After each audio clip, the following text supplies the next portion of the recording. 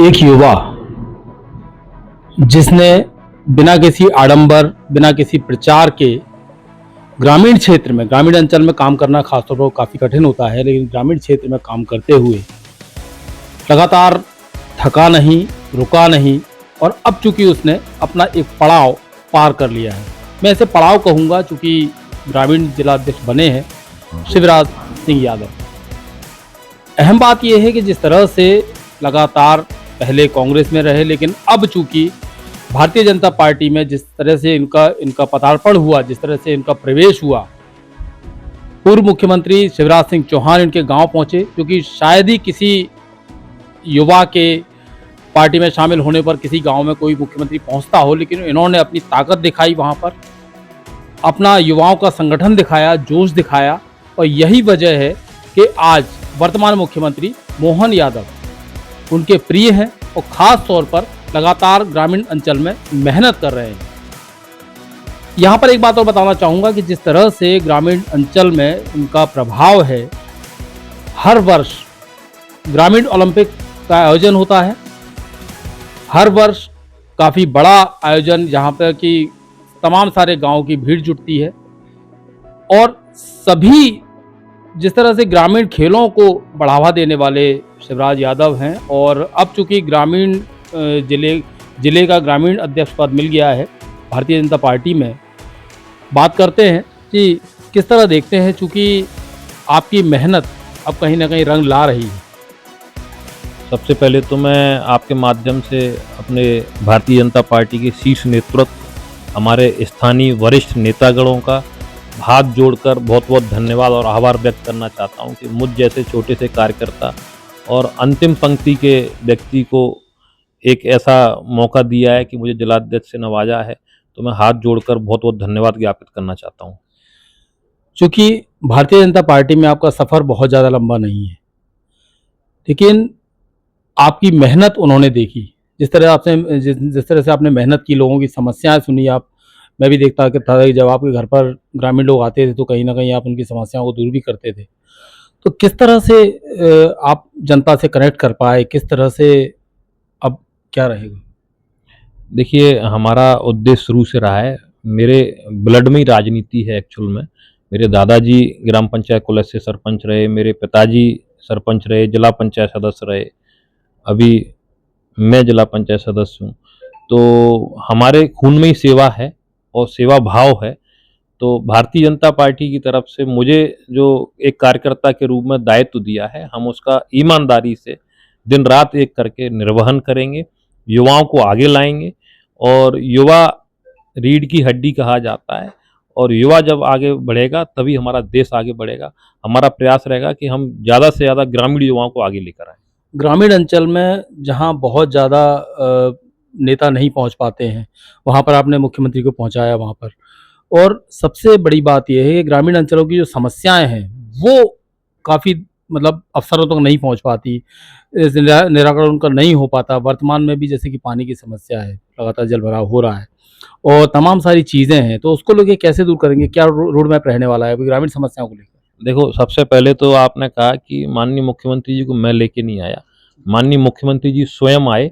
और माननीय मुख्यमंत्री जी किसान के बेटा हैं और वो सदैव रात में भी सोते हैं तब उनके मन में ये ख्याल होता है कि मेरा किसान कष्ट में तो नहीं है, परेशान तो नहीं है, मेरे ग्रामीणों को क्या समस्या हो रही है।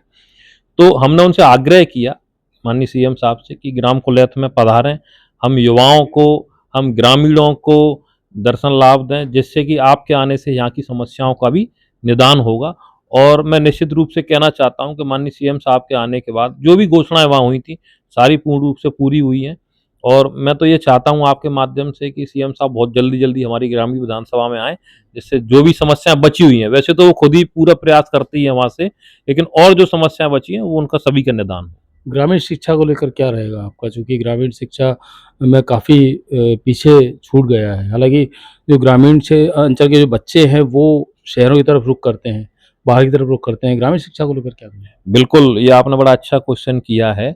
मैं आपको बताना चाहता हूँ कि आप ये देखिए कि माननीय मुख्यमंत्री जी ने गाँव-गाँव में, मेरा खुद का स्वयं का गाँव है कुलैत, और उस गांव में सीएम राज स्कूल संदीपनी विद्यालय जिसको बोलते हैं, अगर आप चलकर मेरे साथ देखेंगे तो शहर के सारे सीबीएसई स्कूल उनके सामने फेल हैं।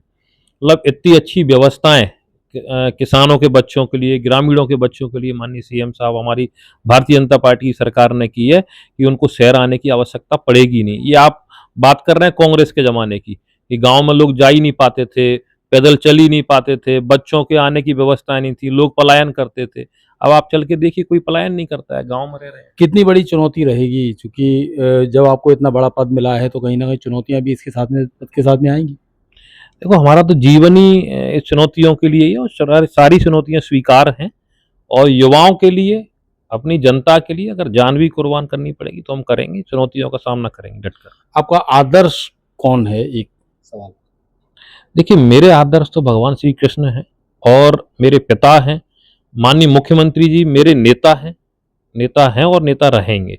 आदर्श की बात आप करें तो जिनने मुझे जन्म दिया है वही मेरे आदर्श हैं।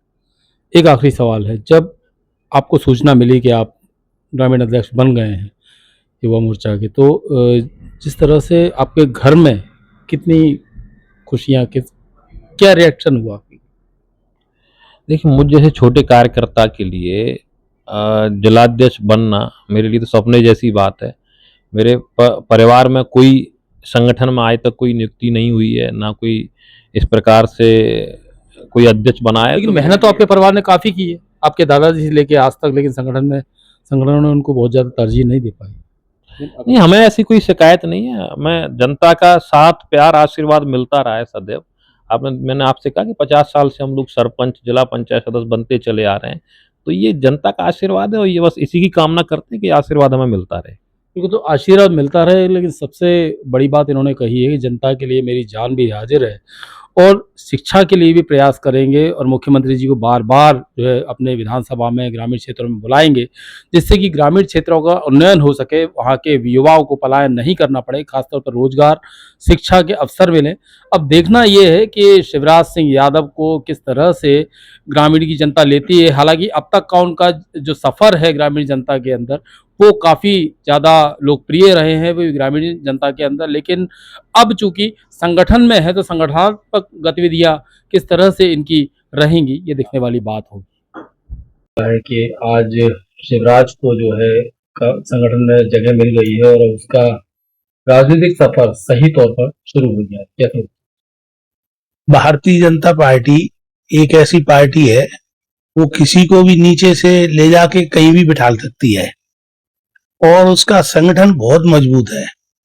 शिवराज को जो भाजपा ने विश्वास करके दायित्व दिया है, उसको पूरा करने का हम लोग भी सब उसका सहयोग करेंगे और उसको भी बोलेंगे कि भैया पूरी ताकत से, पूरी ईमानदारी से भारतीय जनता पार्टी के लिए पूरे तन मन धन से काम करते रहो और ईमानदारी से गरीब जनता का भला करते रहो। यही हमारा भी बहुत बहुत पार्टी के सभी शीर्ष नेताओं का, ग्वालियर जिले के जितने भी शीर्ष नेता हैं, प्रदेश अध्यक्ष हैं, माननीय मुख्यमंत्री जी हैं, उनका सबका बहुत बहुत धन्यवाद, बहुत बहुत बधाई। वहीं घर में किस तरह से खुशियां हैं, किस तरह से? घर में तो सामान्य सी है पहली बार चूंकि संगठन में पहली बार इसको दिया गया है, इससे पहले आप लोग संगठन में नहीं आ पाए थे, चूंकि अब बीजेपी ने कहीं ना कहीं इसमें कुछ देखा, योग्यता देखी, तो क्या लगता है? बीजेपी पार्टी में वो 2-3 साल से लगातार काम कर रहा है और खूब मेहनत भी करता है, तो भारतीय जनता पार्टी के शीर्ष नेतृत्व ने समझा होगा कि ये काम करेगा, लोगों के बीच में जाएगा, तो स्वाभाविक है उनने दायित्व सौंपा है। तो हमें भी ऐसी कोई बहुत ज्यादा तो हलचल हुई नहीं है, क्योंकि हमारे पिताजी भी राजनीतिक में रहे और बेदाग रहे। पिताजी भी आज तक हमारे कभी जेल थाने नहीं देखा, हमने भी कभी जेल थाने नहीं देखा, शिवराज ने भी कभी जेल थाने नहीं देखा। तो कभी भी हम लोगों का ऐसा रहा है कि जन सेवा के भाव में रहे। पिताजी भी 30 साल सरपंच रहे, शिवराज की मम्मी 10 साल सरपंच रही, मैं जिला पंचायत सदस्य रहा। इस बार जिला पंचायत सदस्य शिवराज पिंकी बहू मेरी है जिला पंचायत सदस्य। तो हम लोग सेवा भाव रहा है हमारा शुरू से ही, और सेवा भाव करने की आदत में है, सेवा कर रहे हैं रातों दिन। कभी भी कोई पीड़ित दुखी जब भी कोई याद करता है तो उसकी मदद करने की पूरी कोशिश करते हैं।